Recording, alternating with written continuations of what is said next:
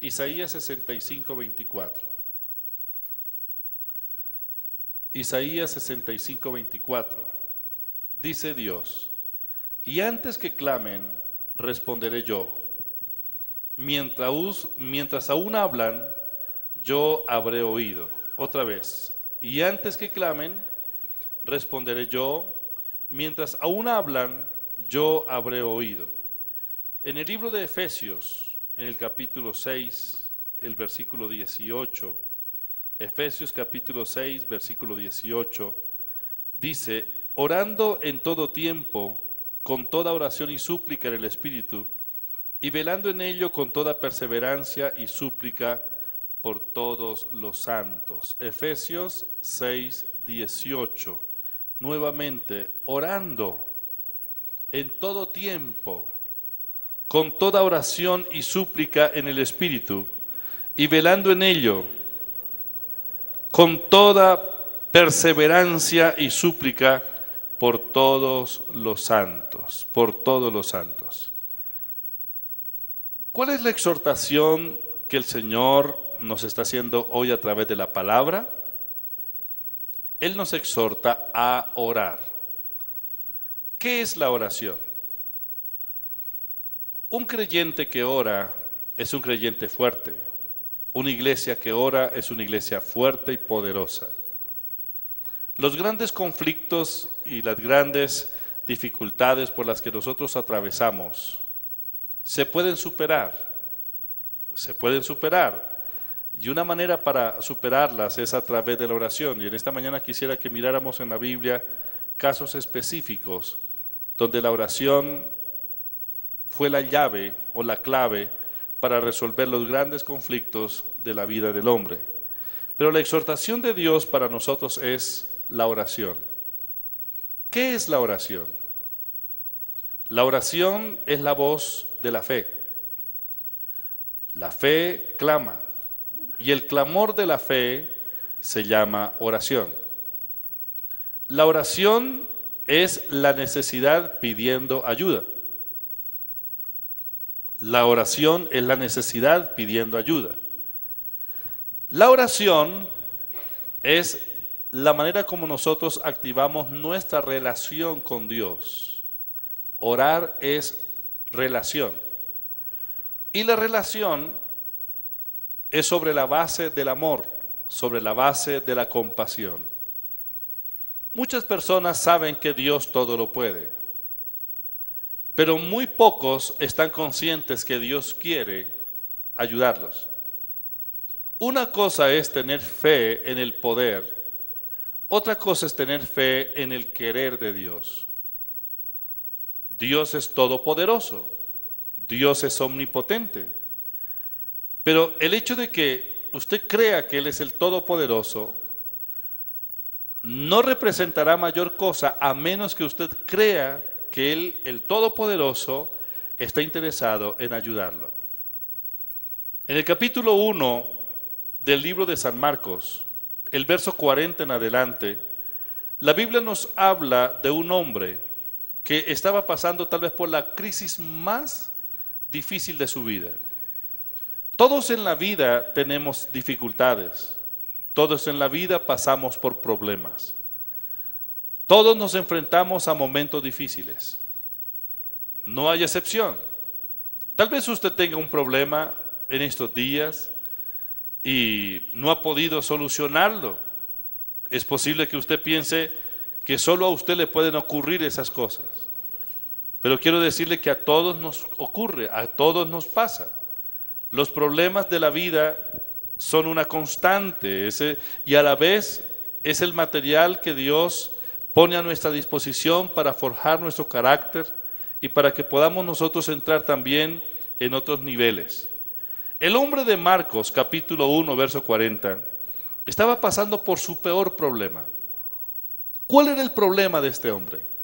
La lepra. Este hombre era leproso. Ser leproso sí que era un problema. Bueno, hoy día ya la ciencia ha avanzado, hay tratamientos, hay leprosarios, Hay sitios especiales para llevar a estas personas enfermas y ofrecerles ayuda. Pero ser leproso en los tiempos bíblicos era verdaderamente una tragedia. En primer lugar, la lepra es considerada como una enfermedad impura, una enfermedad inmunda, una enfermedad que contamina. Entonces, cuando la persona notaba que comenzaban a salir las manchas en su piel, inmediatamente se presentaba ante el sacerdote lo examinaba y él lo declaraba. Si el sacerdote decía lepra, la Biblia dice que esta persona debía salir de la presencia del sacerdote, rasgar sus vestidos y comenzar a gritar por todo lado: soy inmundo, soy inmundo, soy inmundo. Porque si él no lo declaraba, si él no lo hacía, contaminaba a la gente que se le acercara, quien se sentara en su misma silla o se acostara en su mismo lecho o comiera en su misma loza, se contaminaba. Y esto era la justificación para que el leproso muriera. Cualquier persona podía apedrear a un leproso en la calle, sencillamente porque él se le metía a la gente y si no declaraba que era inmundo, es decir, al decir soy inmundo, todo el mundo se le retiraba, todo el mundo huía. Nadie quería contaminarse con la inmundicia del leproso. Entonces lo primero que la lepra hacía era destruir la autoestima de la persona. No es muy cómodo ponerse en público y comenzar a divulgar su defecto o su problema. Pero esa enfermedad, aparte de que lo aislaba, también era un tormento físico permanente. Los leprosos por lo general o se iban a vivir en los sepulcros o se iban a vivir al monte, pero tenían que salir de la ciudad. Si ellos se metían entre la comunidad, los apedreaban, los mataban. Y para que un leproso se sanara, tenía que ser a través de una manifestación de gracia, una manifestación de misericordia. Este hombre de la Biblia, cuando oyó hablar de Jesús, vino a él. Dice la Biblia en el verso 40 que vino a él un leproso, rogándole. Esa palabra rogándole es clamando. Es el clamor del leproso. Eso se llama oración. Y él comenzó a orar, hizo otras cosas en el verso 40, pero lo último que le dice al Señor es: si quieres, puedes limpiarme. Si quieres, puedes limpiarme. El leproso sabía que Jesús podía sanarlo, pero lo que el leproso no sabía era que Jesús quería sanarlo. Él tenía fe en el poder, pero no tenía fe en la compasión. Noten ustedes la diferencia. Tenía fe en el poder de Dios, tenía fe en el poder de Jesús, tenía fe en el poder milagroso de Dios, pero el leproso ignoraba que Dios estaba interesado en él. Una cosa es el poder, otra cosa es la compasión. La compasión son los brazos del amor. La compasión significa la disposición para ayudar a alguien.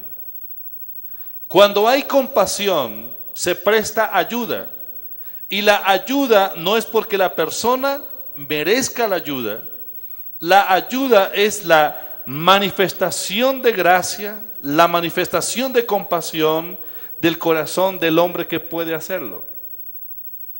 Pues este hombre no conocía la compasión de Dios. Este hombre sabía del poder de Dios. Pero cuando vino a Jesús y le dijo: si quieres, puedes limpiarme, Jesús inmediatamente dice, el versículo 41, que tuvo de él misericordia. Subraye eso. Tuvo de él misericordia. La palabra misericordia es disposición. La palabra misericordia es querer hacerlo. Jesús le dijo: no solo yo puedo, yo quiero sanarlo. Y puso las manos sobre él y lo sanó. El problema para la iglesia hoy día, para el cristiano, es que ignora el querer de Dios, ignora la compasión de Dios. Sabemos que Dios todo lo puede, pero ignoramos muchas veces que Dios quiere. Hay personas que oran a Dios y le dicen: Señor, si es tu voluntad, sáname. Si es tu voluntad, ayúdame. Si es tu voluntad, haz esto. Suena como muy piadosa esa oración, pero es una oración llena de ignorancia. Y la ignorancia es el origen de la incredulidad, y la incredulidad es lo que hace que la persona viva en una gran pérdida permanente. Oseas capítulo 4 versículo 6, Dios dice: mi pueblo fue destruido porque le faltó conocimiento. Mi pueblo fue destruido porque le faltó conocimiento. Mire el versículo 22 del libro de los Salmos, Salmo capítulo 73, versículo 22. Aquí está hablando el rey David. David está hablando. David es el rey de Israel. Es el rey de 1000 batallas. El que se ha enfrentado a ejércitos enemigos. Ya ha visto la fidelidad de Dios en su vida, ayudándolo, protegiéndolo, sacándolo adelante. David es el que puede enfrentar a los leones, a los osos y despedazarlos. David es el que enfrenta al gigante Goliat y ve cómo su cabeza rueda. Pero todas estas cosas que David ha visto manifestarse en su vida, como el fluir de la omnipotencia de Dios, David todavía no tiene en su espíritu, David no tiene conciencia, no tiene una persuasión clara, no está convencido de la fidelidad y de la bondad de Dios. Entonces David dice: tan torpe era yo que no entendía.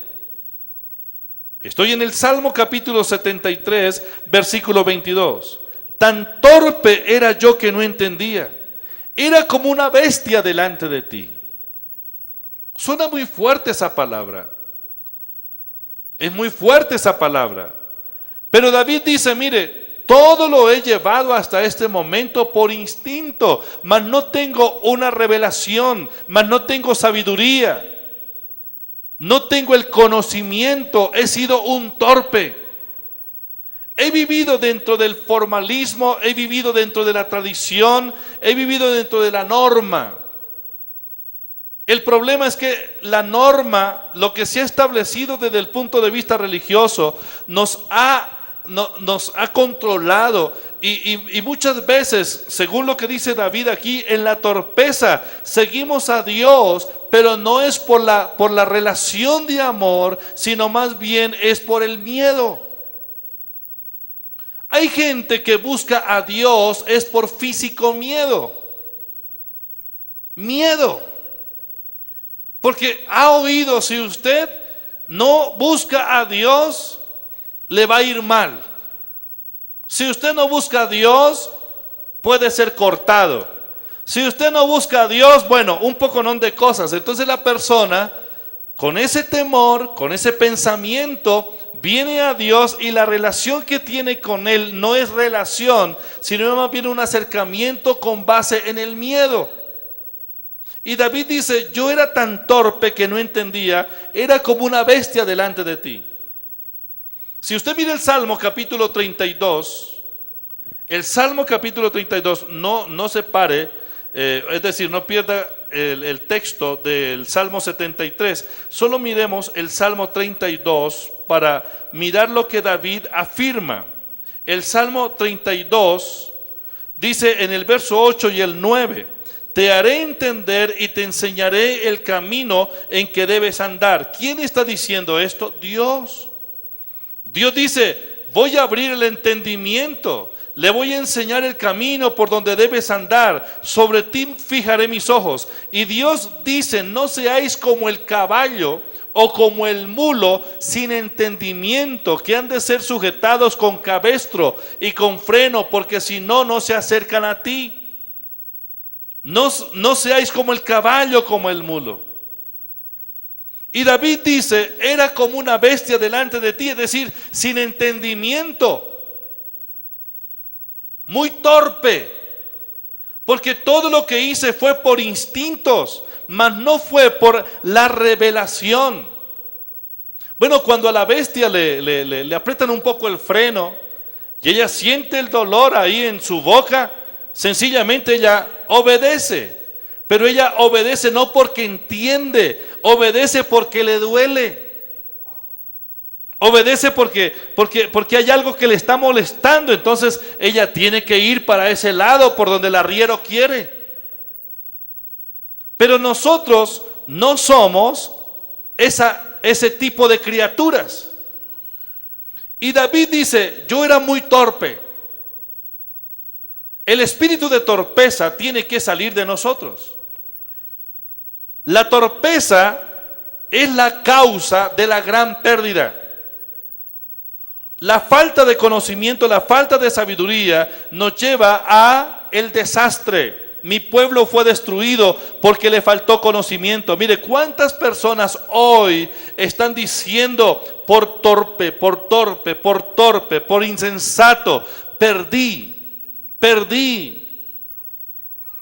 ¿Cuántos hombres perdieron a su esposa? Sencillamente por insensatos, porque no valoraron, porque no cuidaron, porque no percibieron el don que Dios había puesto al lado suyo y lo tuvieron en poco y lo perdieron. Ahora viven por otro lado, pero con ese vacío en su corazón. ¿Cuántas esposas perdieron a sus maridos por torpes? Por torpes. Pero después de la pérdida viene el lamento. David se está lamentando. Yo era torpe, era como una bestia. Delante de ti, Señor, mi cabeza estaba cerrada. ¿Cuántas personas han perdido sus negocios, su trabajo, su posición, sencillamente por torpes? ¿Cuántos hombres han perdido la clientela en sus negocios por torpes? Torpes. ¿Cuántos hijos han perdido el calor de sus padres, el calor de la familia por torpes? Hay un hombre en la Biblia llamado el pródigo, que estando bien en casa, por torpe el hombre se salió de la casa paterna, se llevó lo que pudo, se llevó su herencia, la malgastó, y cuando se encontró allá con los cerdos, comiendo con los cerdos, durmiendo con los cerdos, en ese estado, él dijo, he sido muy torpe, volveré a la casa de mi padre. Señor, quiero ser libre de la insensatez y de la torpeza. Dígale, Señor, dame sabiduría para valorar lo que yo tengo hoy. ¿De acuerdo? Para valorarlo. Dame sabiduría, Señor, dame inteligencia, pero más que para valorar las cosas materiales que poseo, es, Señor, porque quiero conocerte a ti. Y quiero serte fiel, no sobre el presupuesto del temor, sino sobre la base del amor. Yo no debo acercármele a Dios porque tengo pánico, porque tengo miedo. Mi relación con Dios debe ser sobre una base de misericordia, sobre una base de amor. ¿Sabía usted que la oración es relación? La oración es más que comunión. La comunión es una cosa, la relación es otra. Podemos tener comunión, pero no relación. Las personas, nosotros nos comunicamos. Pero una cosa es tener comunicación, otra cosa es tener relación. La relación está sobre una base legal. Antes que usted tomara la decisión de casarse, usted tuvo una etapa, y esa etapa fue la etapa del noviazgo, y en ese tiempo de noviazgo usted estableció comunicación y trató de conocer lo mejor posible a la persona con quien se iba a casar. Hasta ese momento solo hubo comunión. Pero cuando usted fue a la autoridad competente y solicitó el matrimonio, allí lo que hicieron fue legitimar una relación. Y a partir de ese momento ya no hubo solo comunión o comunicación, sino relación. Vaya a donde vaya, hay un documento que dice que usted se unió a su esposa y su esposa a usted, y que por ese documento legal hay una relación conyugal.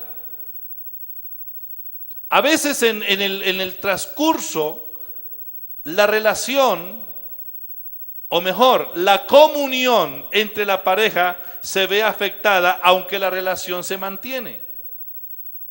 No sé si usted ha tenido esos momentos o esas experiencias, donde la comunicación con su esposa o con su esposo no es la mejor, pero el hecho de que no tengan muy buena comunicación por esos días no quiere decir que la relación ya se rompió.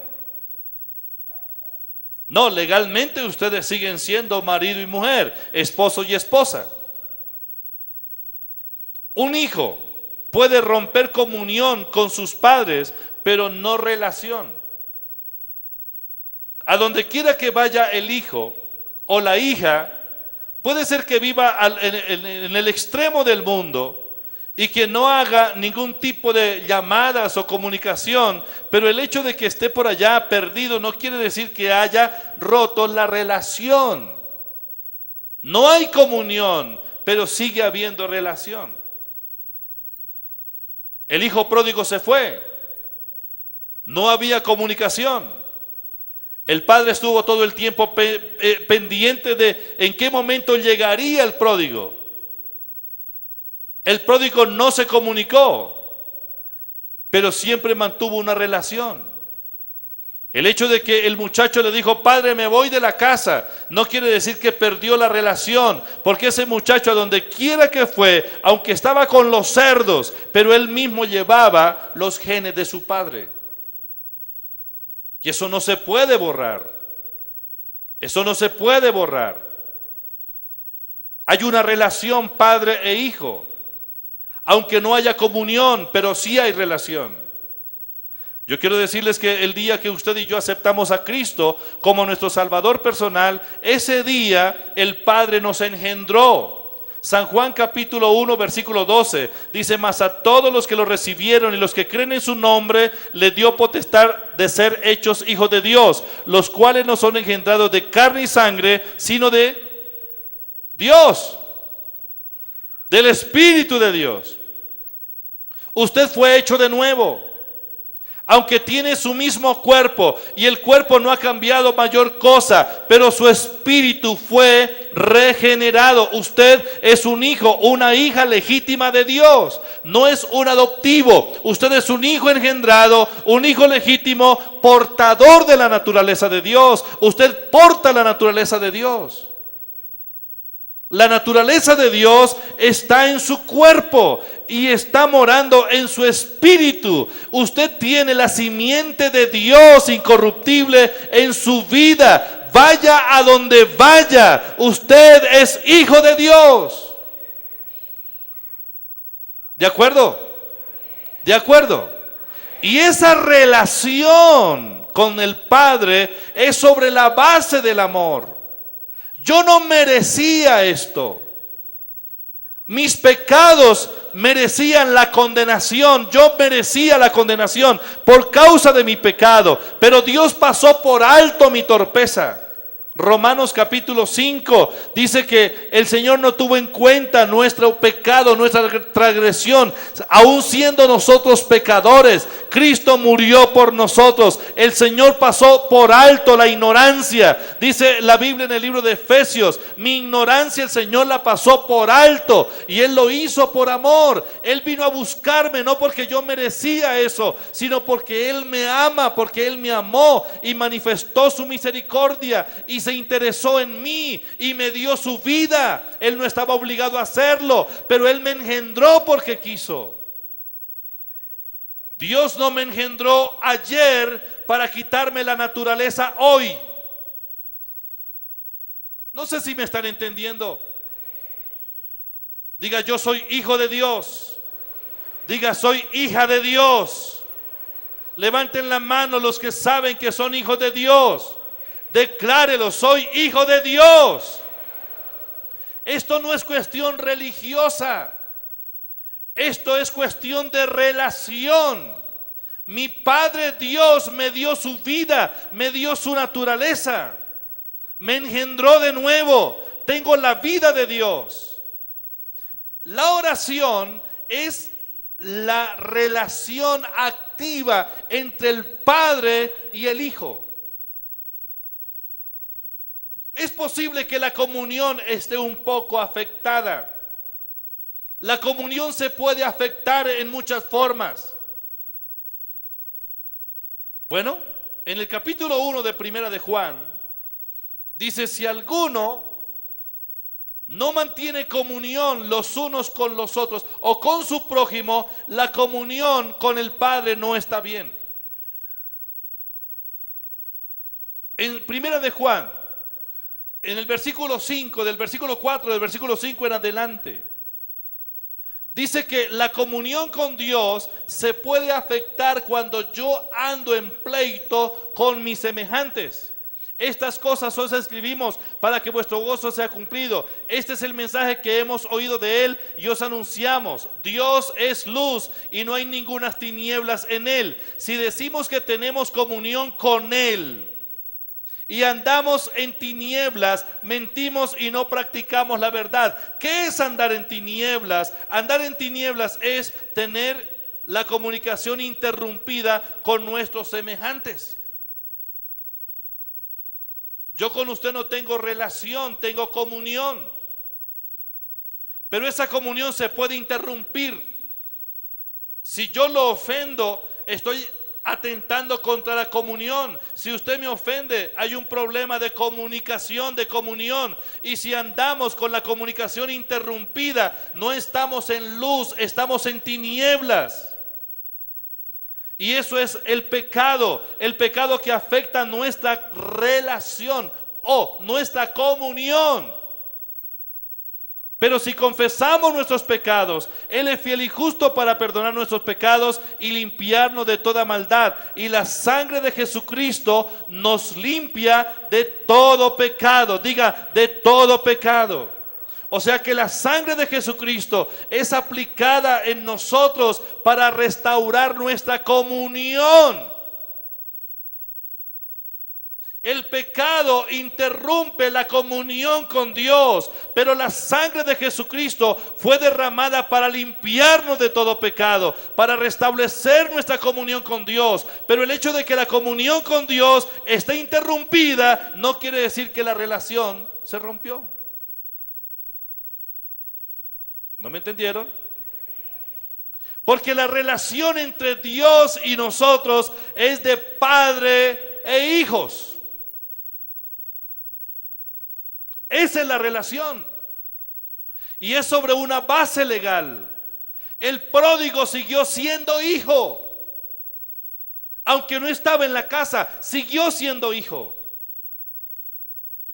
La comunión estaba mal, pero la relación de padre e hijo se mantuvo. El pródigo necesitó pedirle perdón al padre, volver a la casa del padre para volver a la restauración en su comunión. Pero no estoy hablando de comunión, estoy hablando de oración. Solamente le menciono esto para que entendamos que la oración es la relación activa. Si usted no ora, se está perdiendo de lo mejor, porque la oración es el más alto privilegio que nosotros podamos tener como seres humanos. La oración es el más alto privilegio, es el más alto honor que usted y yo podamos tener. La oración. Pero la oración no es una penitencia. No se sufre cuando se tiene algo que trae deleite. La oración es una delicia. La oración no es una penitencia. Nos enseñaron en la religión de que la relación oración penitencia era muy estrecha. De ahí que cuando usted iba al confesionario y le decía al sacerdote, acúseme porque cometí esto, aquello, lo que nos ponían como castigo era rezar. ¿Se acuerda cuando usted pagaba la penitencia rezando el Padre Nuestro o rezando otras oraciones? Y son 8 Padre Nuestros, o son 8 oraciones de estas. La penitencia, pero es una penitencia relacionada con la oración. Entonces se creó la conciencia en nosotros que orar es un suplicio, que orar es un castigo. ¡Qué mentiras! La oración no es un castigo, la oración no es un suplicio, la oración es el más alto privilegio que podamos nosotros tener, porque la oración es lo que nos mete en la exquisita presencia de Dios, en una actividad permanente, en una relación activa. Cuando usted tiene relación íntima con su esposo, con su esposa, se deleita. Y si no es porque está enferma o está enfermo de la cabeza, no puede disfrutar de una relación a la fuerza. Ha disfrutado de una relación íntima a la fuerza cuando le ponen un revólver en la cabeza y le dice, ¿está o está? No. El deleite que trae la relación íntima de la pareja es por el mismo contentamiento y por el amor. Yo no puedo deleitarme en la relación con Dios cuando me acerco a Él por la fuerza, por la norma. La oración es relación. Pero la oración, que es la clave y que es el más alto privilegio que nosotros podamos tener, debe tener una base básica, y la base es la fe. Diga, la fe. Es la oración de fe. Pero alguien dirá, yo no tengo fe. ¿Qué debo hacer para aumentar mi fe? Muchas personas dicen que debe ayunar. Pero quiero decirle que el ayuno no trae fe. Otros dirán, yo debo orar para que se me aumente la fe. Y quiero decirle que la oración no incrementa la fe. Si quiere, escríbalo. En la Biblia no dice que la fe viene por la oración o por el ayuno. La Biblia dice que la fe viene por el oír y el oír la palabra de Dios. Entonces, si nosotros no tenemos dedicación a la palabra, para meditar en la palabra, para leerla, para escudriñarla, para meditarla, no hay fe, porque la fe viene por la palabra. Si yo no tengo fe, mis oraciones son en vano. Porque la fe es lo que libera la oración. La oración es la voz de la fe.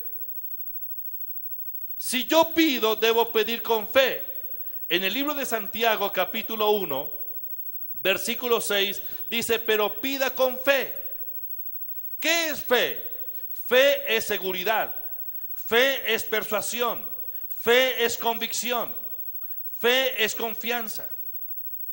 Si usted pide algo, pero no está convencido de que lo que está pidiendo, Dios se lo va a dar, está haciendo una oración, pero es una oración de incredulidad.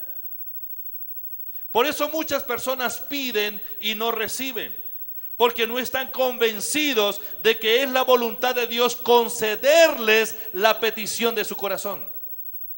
En Primera de Juan, capítulo 5, versículos 14 y 15, dice, y esta es la confianza que tenemos en Él, que si pedimos alguna cosa conforme a su voluntad, Él nos oye. Si pedimos alguna cosa conforme a su voluntad, Él nos oye. Y si sabemos que Él nos oye, Primera de Juan, capítulo 5, quisiera que me acompañaran en la lectura. de estos dos versículos, por favor. Versículos 14 y 15. Y esta es la confianza, léalo conmigo, que tenemos en Él, que si pedimos alguna cosa conforme a su voluntad, Él nos oye. Y si sabemos que Él nos oye en cualquier cosa que pidamos, sabemos que tenemos las peticiones que le hayamos hecho. ¿Qué debo hacer para pedir conforme a la voluntad de Dios? ¿Dónde encuentro la voluntad de Dios? ¿Dónde está la voluntad de Dios para mi vida? En la palabra. La Biblia son los pensamientos de Dios. Si yo estoy seguro de lo que Dios dice, estoy convencido de esta palabra, tengo fe, entonces debo orar con la convicción de que el Señor es mi proveedor, que el Señor es mi sanador, que el Señor es mi ayudador. Mire lo que dice Hebreos capítulo 13, versículos 5 y 6. Sean vuestras costumbres sin avaricia, contentos con lo que tenéis ahora, porque Él dijo, no te desampararé ni te dejaré. ¿Quién dijo que no me desampara? ¿Quién dijo que no me dejará? Dios dice, no te dejaré. Es una afirmación. Vaya a donde vaya, gire a la derecha o a la izquierda, Dios dice, no te dejaré, no te desampararé. Verso 6, de manera que podemos decir confiadamente, el Señor es mi ayudador. Dígalo, el Señor es mi ayudador. Otra vez, el Señor, más fuerte, el Señor es mi ayudador. No temeré lo que me pueda hacer el hombre. El hombre puede tramar lo que quiera, pero ninguna arma que forjen contra nosotros prosperará, porque el Señor es nuestro ayudador. Doy gracias a Dios porque Él no es legalista. Mi Padre Dios no es legalista. ¿Se imagina qué pasaría si Dios fuera legalista? No estaríamos aquí. Pero las misericordias del Señor son tan grandes que Él siempre mantiene la afirmación, no te dejaré. ¿Sabe que Dios está con nosotros? Es la confianza. Y toda persona que tiene confianza, que tiene seguridad en lo que la palabra de Dios dice, puede hacer oraciones de fe. Y la oración de fe, ¿sabe qué hace? Salvará al enfermo y el Señor lo levantará. Santiago capítulo 5. La oración de fe, diga la oración de fe. También dice que la oración del justo, la oración de fe es eficaz y puede mucho. ¿Qué es entonces la fe? Es seguridad, es persuasión, es certeza, es confianza, es convicción. Orar no es una penitencia, diga, orar no es una penitencia. Orar es un honor, es un privilegio. Orar es relación con Dios. ¿De acuerdo? La oración es relación con Dios. ¿Cuál es la oración que Dios responde entonces? La oración de fe, diga la oración de fe. ¿Y cuál es la oración de fe? Es la que está basada en la palabra de Dios. Usted no duda, el Señor es mi sanador, el Señor es mi ayudador, el Señor es mi proveedor, el Señor es la fortaleza de mi vida. El Señor es mi pronto auxilio en las tribulaciones. El Señor está conmigo, aún en medio de la dificultad. Pero el Señor dijo, no te dejaré ni te abandonaré. Yo estoy seguro de esa palabra. Entonces yo no voy a orar diciéndole, Señor, si es tu voluntad, acompáñame en este día. Si es tu voluntad, sáname. Si es tu voluntad, provee. Si yo tengo fe en la palabra, no voy a hacer ese tipo de oraciones, porque esa oración es una oración de incredulidad. Estoy expresando que yo no sé qué es lo que Dios quiere para mí. Pero si usted sabe lo que la Biblia dice y está convencido de ello, sencillamente ore sobre una base segura. La base es la palabra de Dios. ¿De acuerdo? Él dice, pedid y se os dará, buscad y hallaréis. Muy bien. Vamos a mirar rápidamente 3 personas en la Biblia que hicieron oraciones trascendentales. Una de esas oraciones la hizo el rey Josafat, capítulo 20 de Segunda de Crónicas. Segunda de Crónicas, capítulo 20.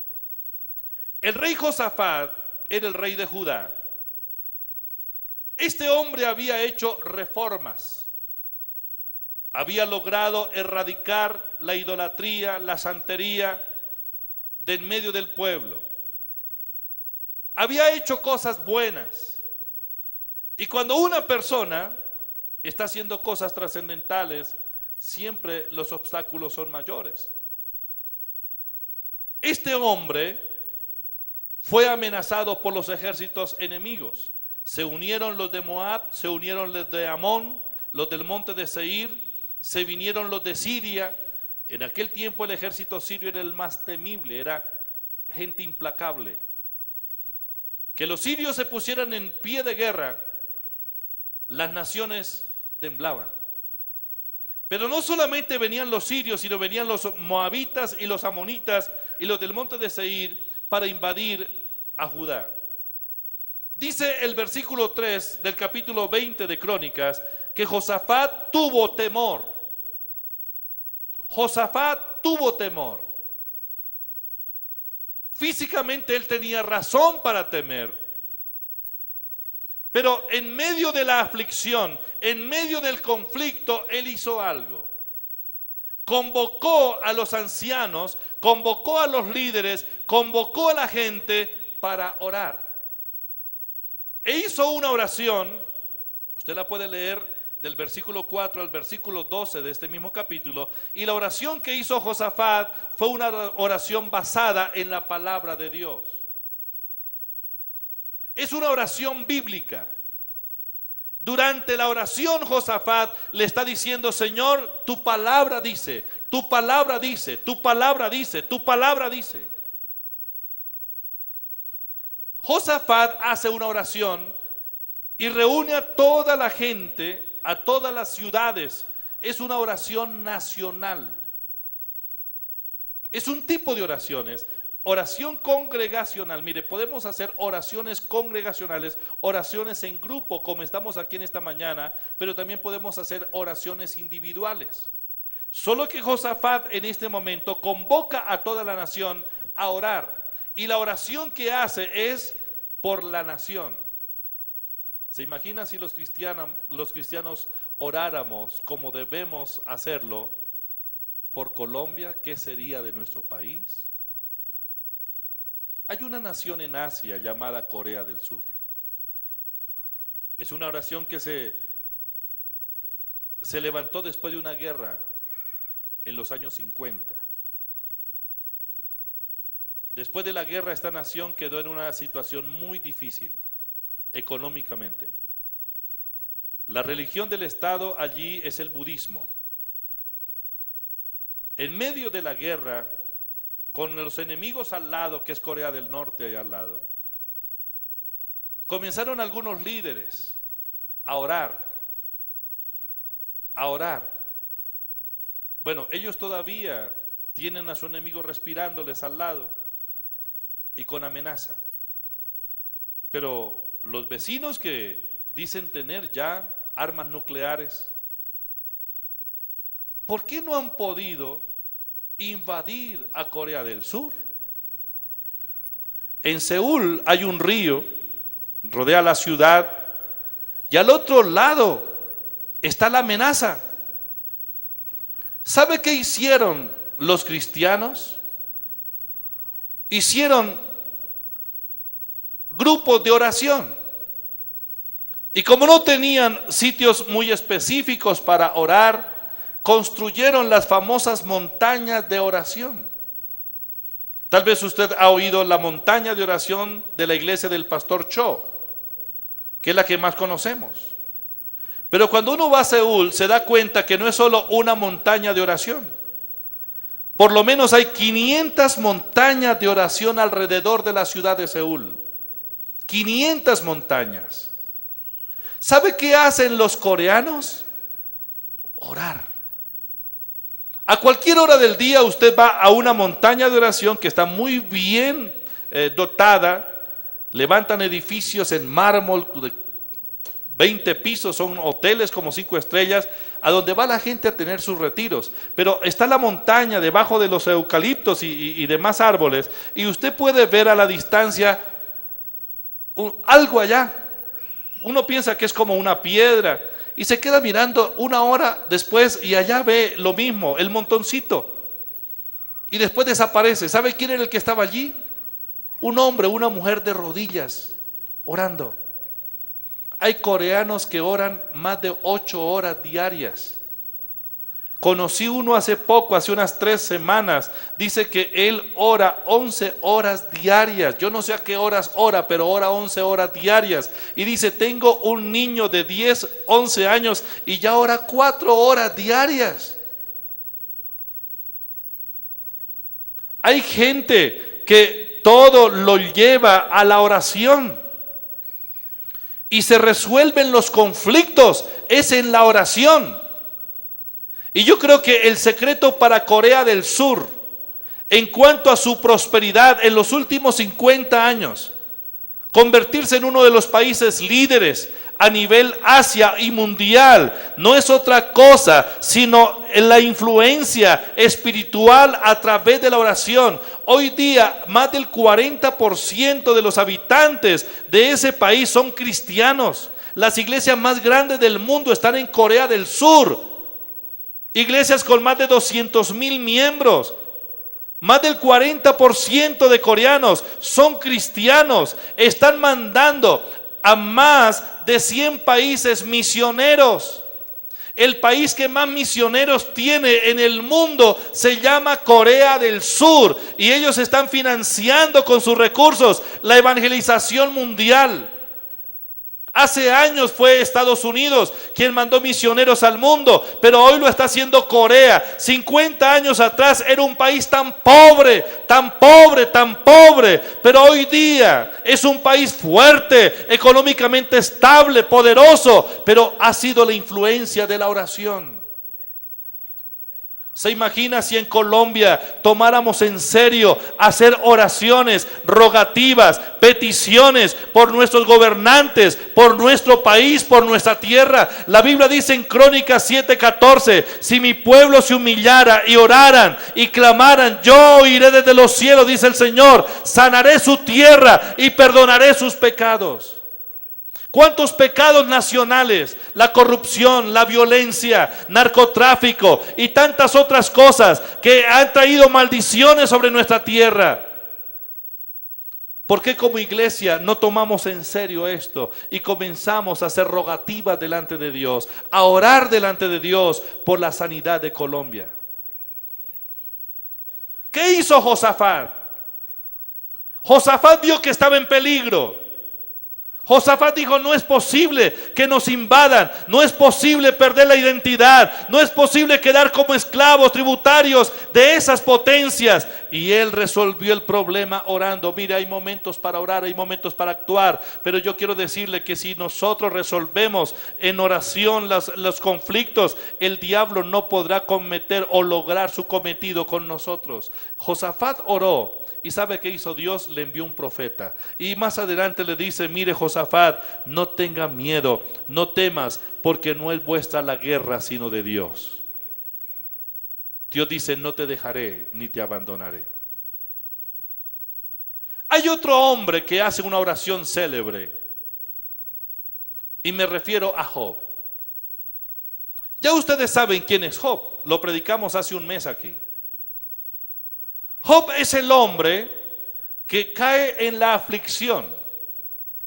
Es el hombre que experimenta la aflicción en todas las áreas de su vida. Perdió sus bienes materiales. Lo tenía todo. Era el hombre más poderoso del mundo en ese tiempo. Rockefeller sería un discípulo. Bill Gates sería un discípulo. Job era el hombre más poderoso entre los orientales. Perdió su familia, perdió sus tierras, perdió el ganado, perdió la honra, perdió su salud. Y ahora estaba sentado en un poco de ceniza, rascándose y lleno de gusanos su piel. Algunos teólogos dicen que lo que él tuvo fue un cáncer en la piel. Sus amigos, entre comillas que eran amigos, los que se le acercaron en el momento de la aflicción, solo vinieron para criticarlo, para censurarlo, para condenarlo. Fueron implacables. Lo metieron bajo condenación. Y Job trata con argumentos de defenderse. Pero el argumento de sus enemigos, o entre comillas sus amigos, lo ponen a él en una desventaja porque se siente en la picota pública. Todo el mundo dice que le pasó lo que le pasó porque es un impío, porque es un malo, y no tiene chance. En el capítulo 42 del libro de Job, Dios le dice a Job que ore, pero cuando Dios le pide a Job que ore, es porque Job ha entrado en una dimensión de revelación. Hasta ese momento Job tenía un concepto de Dios y era el Dios lejano y se comunicaba con él a través de los preceptos religiosos. Pero mire, versículo 1, vamos a leer del versículo 1, Job capítulo 42. Respondió Job a Jehová y dijo: yo conozco que todo lo puedes y que no hay pensamiento que se esconda de ti. ¿Quién es el que oscurece el consejo sin entendimiento? Por tanto, yo hablaba lo que no entendía, cosas demasiado maravillosas para mí que yo no comprendía. Otra vez Job está haciendo una declaración parecida a la de David cuando dice: tan torpe soy que parezco una bestia delante de ti. Tremendo. Oye, te ruego y hablaré, te preguntaré y tú me enseñarás. De oídas te había oído. Eso es pura religión. Mas ahora mis ojos te ven. Por tanto me aborrezco y me arrepiento en polvo y ceniza. Y aconteció después que habló Jehová estas palabras a Job. Jehová dijo a Elifaz temanita: mi ira se encendió contra ti y tus dos compañeros, porque no habéis hablado de mí lo recto, como mi siervo Job. Ahora pues, tomaos 7 becerros y 7 carneros, e id a mi siervo Job, y ofreced holocausto por vosotros, y mi siervo Job, ¿qué? Orará por vosotros, porque de cierto a él atenderé, para no trataros afrentosamente, por cuanto no habéis hablado de mí con rectitud como mi siervo Job. Fueron pues Elifaz temanita y Bildad suita y Sofar maamatita, e hicieron como Jehová les dijo, y Jehová aceptó ¿qué? La oración de Job. Verso 10, y quitó Jehová la aflicción de Job. ¿Cuándo fue que la aflicción de Job fue levantada? ¿Qué hizo Job para que la aflicción se levantara de su vida? Dice, y quitó Jehová la aflicción de Job cuando él hubo orado por sus amigos, y aumentó al doble todas las cosas que habían sido de Job. Subraya ese versículo, por favor. Si usted está pasando por la aflicción, si usted está pasando por un momento difícil, quiero decirle que Dios está interesado a devolverle no solo lo que el diablo le quitó, sino Dios va a hacer que el doble de lo que tenía, ahora usted lo vuelva a poseer. Pero ¿cómo es que se puede entrar en la restitución? ¿Cómo es que podemos entrar en la dimensión del doble? Haciendo una oración. ¿Pero qué tipo de oración? Es la oración del perdón. ¿Sabía que la oración está relacionada con el perdón? El Señor dice, si usted viene al altar y tiene algo contra su hermano, deje la ofrenda, devuélvase, arréglese con su hermano y luego venga y preséntese. Lea San Marcos capítulo 11, versículo 25. Vamos a mirar San Marcos 11, 25. Dios está hablando aquí de oración. En el verso 24 de San Marcos capítulo 11, el Señor habla de la oración. Y él dice, por tanto digo que todo lo que pidiereis orando, creed que lo recibiréis y os vendrá. El 25, y cuando estéis orando, perdonad. Note que hay una relación en oración y perdón. Cuando estéis orando, perdonad. Si tenéis algo contra alguno, para que también vuestro Padre que está en los cielos os perdone vuestras ofensas. Una oración de perdón como la que hizo Job por sus amigos o enemigos fue lo que lo restauró. Hablaba con alguien en estos días y decía, la persona a la que me refiero me hizo tanto daño, tanto mal, que no puedo ni siquiera aguantar que me mencionen su nombre. No puedo resistir que mencionen su nombre porque fue una mujer ingrata, me hizo tanto daño. No quiero que me la mencionen. Mientras el corazón del hombre y de la mujer esté cargado de resentimiento y de odio, esas ataduras, esas ligaduras mermarán su potencial. Esas ligaduras, esas ataduras son las que permiten que el diablo se meta y acabe con todo. Usted puede que haya sido maltratado en la vida, olvidado por muchos, afrentado o afrentada, que haya vivido la desilusión más grande, pero eso no lo justifica para que mantenga en su corazón resentimiento y odio. Le cometieron vejámenes, lo afrentaron, la humillaron, pero eso no quiere decir que usted deba mantener en su corazón resentimiento y odio. El Señor dice, cuando estéis orando, perdonad. ¿Sabe qué fue lo que restauró a Job? Cuando él oró por sus enemigos. ¿Quiere usted una restauración total y la recuperación del doble de lo que perdió? Nadie ha perdido aquí nada. Nadie quiere el doble. No me conformo con lo mismo, yo quiero es el doble. ¿Se acuerda cuando el profeta Eliseo oró de esa manera y le dijo a Elías, yo quiero la doble porción? Diga, la doble porción. Siempre hay una doble porción. Diga, siempre hay una doble porción. Mire, el postrer estado suyo será mejor que el primero. Su postrer estado será mejor que el primero. Diga, mejor que el primero. Job perdió mucho, pero cuando él oró por sus enemigos, el Señor oyó la oración y le quitó la aflicción y le devolvió el doble.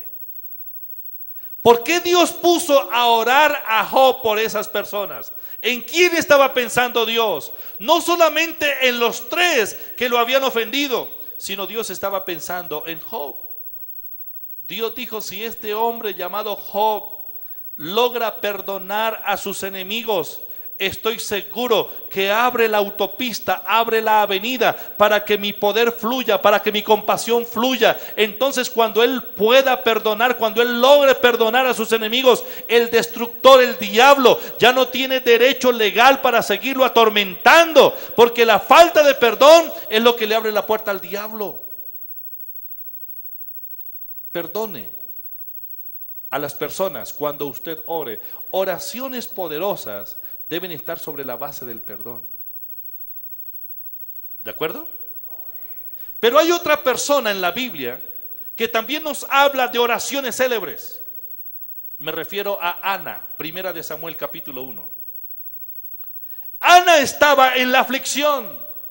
Ana estaba viviendo la aflicción de su vida. Afrenta, no comía, se burlaban de ella todo el tiempo. Su contrincante le sacaba provecho y le molestaba la vida. Pero un día Ana dijo, voy a resolver mi problema. Y el problema no lo resolvió murmurando, no lo resolvió maldiciendo, no lo resolvió renegando por todo. ¿Sabe cómo lo resolvió? Se fue a un lugar aparte para orar con Dios. Y cuando Ana llega y tiene esa intimidad con el Padre a través de la oración, ¿sabe qué pasa? Dios escucha su oración, pero es que la oración de Ana se sale de lo normal porque es una oración de pacto. Diga oración de pacto. Diga oración de pacto. Hay una relación entre oración y perdón, pero también hay una relación entre oración y ofrenda. Hay oraciones como la de Salomón cuando subió aquella noche a Gabaón a orar. Y se fue a orar, pero no con las manos vacías. Se fue a orar con 1000 toros y los sacrificó todos esa noche. Primera de Reyes capítulo 3, versículo 3 en adelante. Y cuando Salomón le presentó al Señor esa ofrenda de 1000 toros, yo siempre pienso en la cantidad, cuánto podrían valer esos 1000 toros. Eran pura casta, eran los mejores toros del hato. Un toro hoy día puede valer entre 5, 10, 15, 20 millones, depende el peso, depende la raza. Y lo que Salomón le presentó al Señor fueron 1000 toros de los mejores. ¿Cuánto podía costar eso en dólares o en pesos? Mucho dinero, miles de millones. Pero cuando Salomón hace esto y presenta ante el Señor su ofrenda, el Señor le dice: Salomón, ¿qué quieres? Pídeme lo que quieras. Te voy a dar lo que quieras. Y Salomón le dijo: Señor, yo quiero sabiduría para gobernar este pueblo. Dios le dijo: no solo te doy sabiduría, te voy a dar la vida de tus enemigos. Te voy a dar riquezas como nunca antes nadie las haya tenido. Te voy a dar honra y te voy a dar gloria. ¿Sabe qué fue lo que movió a Dios aquel día? La oración y la ofrenda de un hombre. ¿Qué fue lo que movió a Dios cuando Ana está orando? La oración y el voto que hizo. ¿Cuál fue el voto que hizo ella? Señor, te entregaré al hijo que nazca. Es decir, mi ofrenda será ese. Son oraciones de votos, oraciones de pactos. Mire en el Salmo 141, ya con esto termino. Salmo 141. David viene a Dios y le dice: Jehová, a ti he clamado, apresúrate a mí, escucha mi voz cuando te invocare. Suba mi oración delante de ti como el incienso, el don de mis manos como la ofrenda de la tarde. Nota que David está presentando día tras día oraciones a Dios y también ofrendas. ¿Lo está viendo? Suba mi oración delante de ti como el incienso y el don de mis manos como la ofrenda de la tarde. Oraciones y ofrendas. Y el verso 3 dice: pon guarda, Señor, pon guarda a mi boca, oh Jehová, guarda la puerta de mis labios. Póngase de pie. Oraciones para resolver las dificultades. Nos llamaron oyentes de la emisora pidiendo oración. Pablo Tito Alba, sanidad del corazón de su esposa.